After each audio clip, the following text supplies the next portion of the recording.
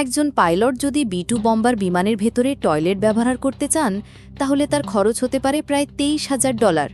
অবিশ্বাস্য হলেও সত্যি, আর এর পেছনে আছে এক অজানা চমৎপ্রদ কারণ।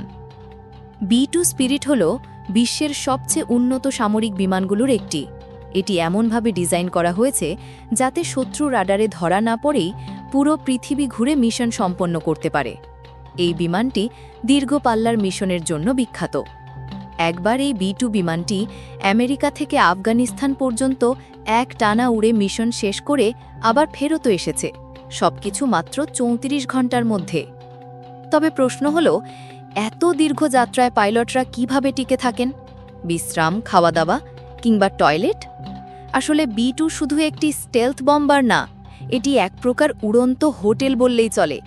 এর মধ্যে আছে ঘুমানোর জন্য বিছানা, খাবার গরম করার জন্য মাইক্রোওয়েভ, আর হ্যাঁ, একটি টয়লেটও।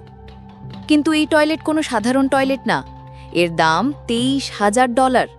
কেন এত দাম?